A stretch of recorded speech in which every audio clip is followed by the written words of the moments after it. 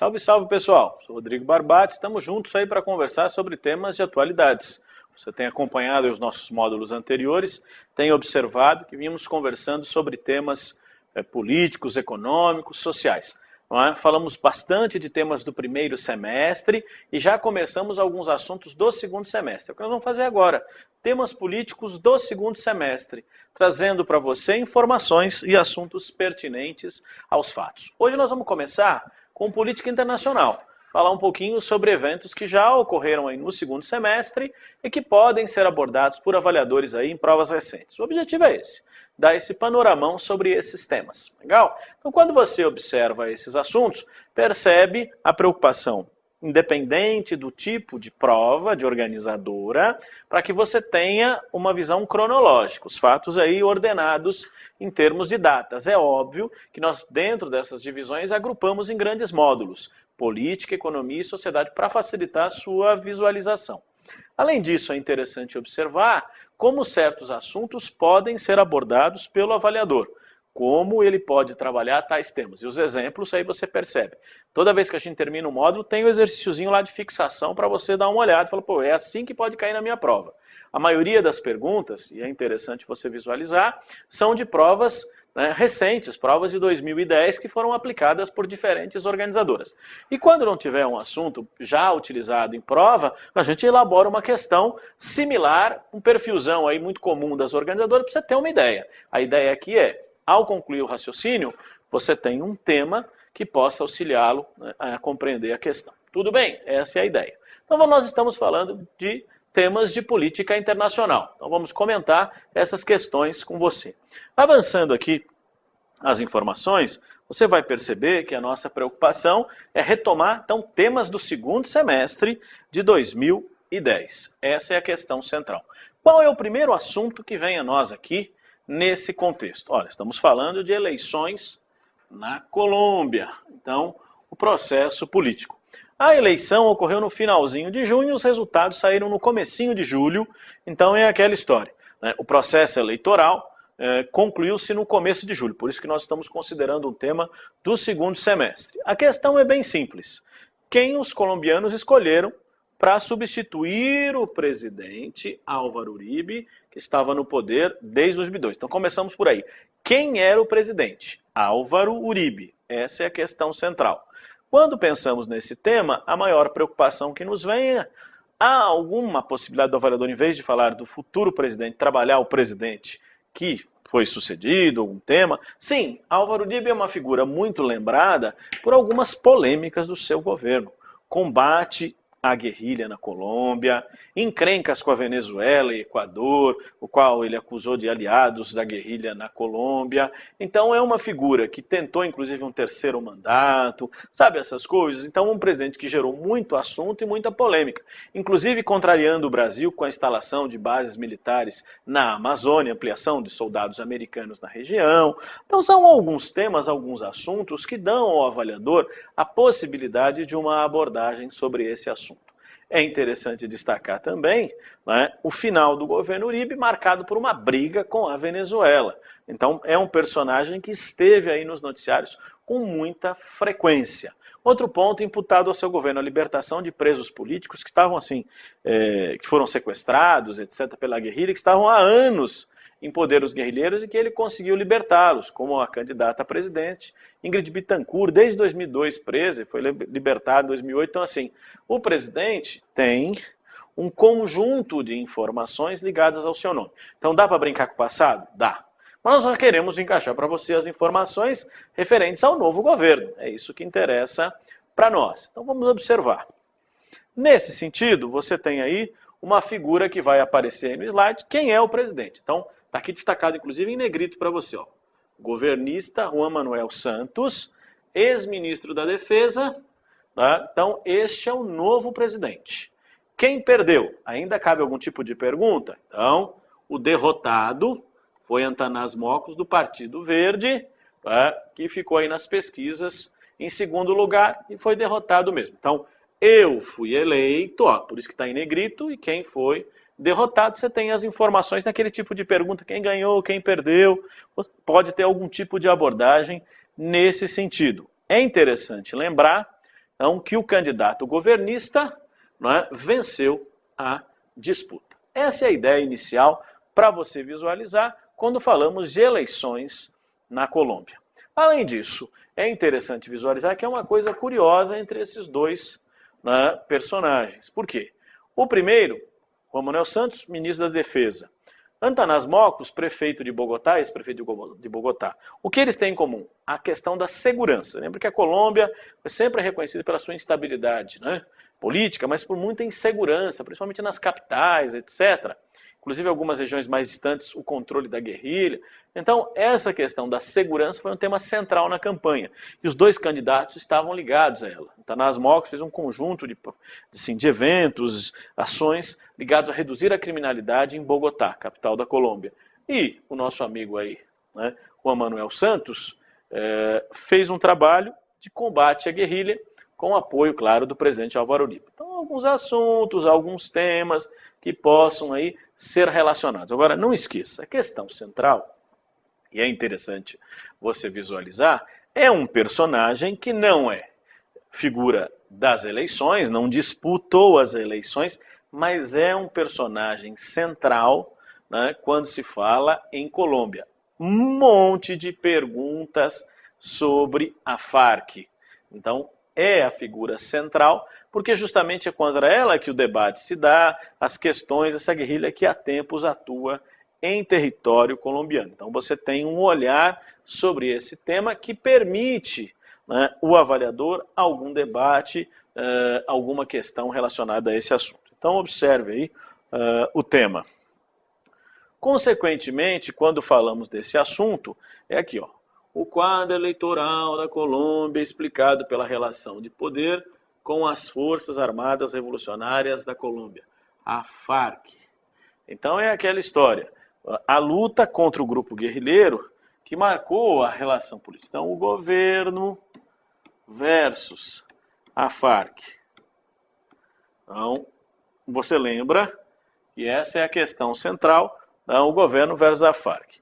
A Farc é um grupo surgido em 1964, fundado pelo líder guerrilheiro Manuel Marulanda. Essa é uma questão central para você observar. É óbvio que hoje você pensa que essa questão, grupo de orientação comunista, etc., isso perdeu fôlego. A gente sabe que, principalmente, a partir da década de 80, a Farc foi deixando esse processo político e se tornou uma referência numa outra área, que é o narcotráfico. Você lembra que a Colômbia é o maior produtor de cocaína do mundo e a droga é controlada, boa parte dela, pela Farc. Então há um enfoque diferente daquilo que originalmente marcou a história do grupo guerrilheiro. Então essa questão é um tema que você tem aí como referência. E desvirtuou-se completamente o seu olhar, né, se recordarmos que a luta política foi sucedida por um embate aí voltado para o controle da droga. E aí essa é a história. Produzindo a droga, controlando a sua distribuição, que a Farc compra armas e mantém a sua guerra, né, e que décadas e décadas, né, vitimou aí milhares de pessoas na história da Colômbia. Essa é a questão central. O importante é sempre lembrar que há uma figura que agiu de forma contundente, né, que é o governo Álvaro Uribe. Enfrentou de forma contundente a guerrilha, matou lideranças importantes da guerrilha. Inclusive esse processo aqui tem uma participação do próprio presidente eleito, Juan Manuel Santos, da morte de lideranças da Farc. Então há uma tentativa de desarticulação do grupo, fica uma referência aí para você observar, o tema rende, hein? Então dá para falar bastante sobre esse aspecto. Lembrando também que ao desencadear essa luta, há efeitos aí na vizinhança, porque o presidente Álvaro Uribe acusou o Equador, do presidente Rafael Correa, e a Venezuela, do presidente Hugo Chávez, de darem apoio e dar suporte à Farc. Então isso já causou vários atritos entre os vizinhos. Você lembra que nós tivemos uma ação militar da Colômbia em território equatoriano para matar lideranças da Farc. Foi assim que morreu Raul Reis em 2008. no comecinho de 2008. Então essas polêmicas, essas encrencas, né, marcam a história das relações entre o governo e a Farc e seus vizinhos, que não é fácil não. Até mesmo o Brasil, só para você lembrar, para o governo brasileiro, a Farc é um movimento político. Para o governo americano, é um grupo terrorista. E aí a Colômbia pede ao governo brasileiro que enxergue a Farc da mesma maneira, como um líder, como um grupo, perdão, terrorista. Você vê que tem até polêmica na eleição. Nós tivemos aí o candidato a vice-presidente na chapa do ex-governador José Serra, falando que o Partido dos Trabalhadores, do presidente Lula, tem ligações com a Farc. E essas histórias geram notícias e acabam repercutindo onde? Em provas, sobra para você, né? Então, por isso, dá uma olhadinha com mais atenção a esse tema. Além desse aspecto, vamos completar aí as informações sobre o assunto. Então, você vai lembrar que o presidente Uribe, né, o ex-presidente Álvaro Uribe, uma linha política contra a Farc. Ó, você viu? Já está destacado aqui para você, ó, narcotraficantes.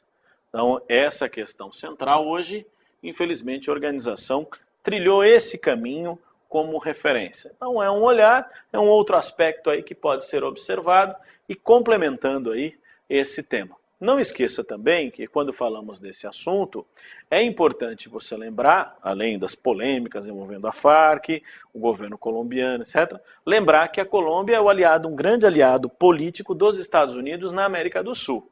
Então, até em função dessa cooperação militar Colômbia e Estados Unidos, o presidente Álvaro Uribe sempre se aliou, vamos dizer assim, aos Estados Unidos, inclusive em várias questões.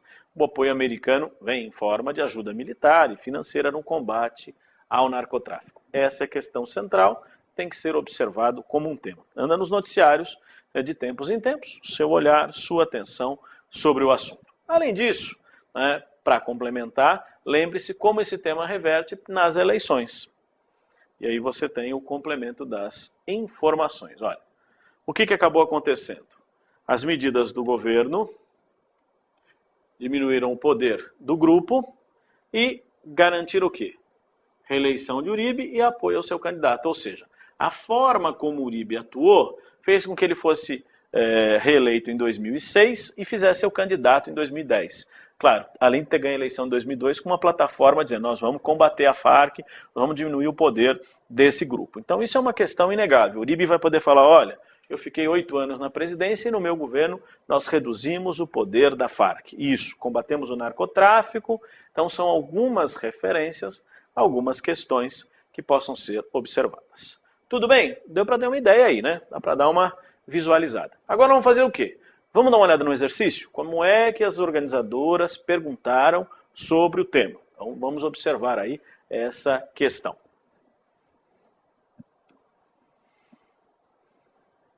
No dia 23 de julho de 2010, a BBC Brasil noticiava: o secretário-geral da Unasul, o ex-presidente Ernesto Ortiz, se unirá com o presidente da Colômbia e Venezuela para mediar a crise entre os dois países, agravada após o rompimento de relações diplomáticas na última quinta-feira.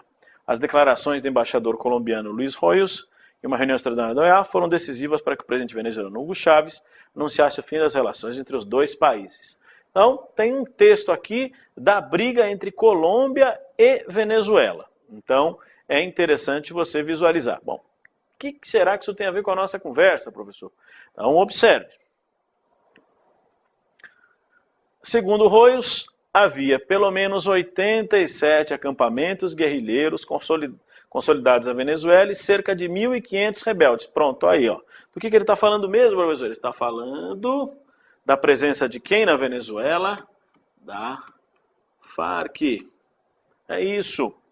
Então, é interessante. Por que os dois países brigaram? Porque se fala que a Venezuela dá apoio às Forças Armadas Revolucionárias da Colômbia. Então, você tem aí uma referência sobre o tema. Além disso, olha lá, forças venezuelanas haviam penetrado em território colombiano, nada disso. O problema é a Farc, você já observou. Veja os outros itens aí. A aviação da Força Aérea havia invadido o espaço aéreo, nada, a história é a Farc. O exército estaria fornecendo armas e munições a grupos ligados. O exército venezuelano estaria fornecendo, cuidado, hein? Fornecendo armas e munições, não, isso não. O que acontece é permite que a Farc use o território venezuelano como base. Cuidado com esse item, uma pegadinha aí, né? Venezuela estaria fornecendo gratuitamente combustível, nada de... Não, o que se questiona é basicamente esse tema. O avaliador não foi bobo, ele falou, vou jogar aqui 3 alternativas sobre a Farc e ver se o candidato está atento. Você percebeu. O problema é o seguinte, a Farc pode usar o território venezuelano. Esse foi o motivo que levou ao rompimento entre os dois países, que já estão amigos de novo. Também, olha, o Chaves briga com todo mundo, fica amigo, parece coisa de criança. Então o assunto já está bem encaminhado. Tá bom? É isso aí, pessoal. Bons estudos, obrigado a todos, até a próxima.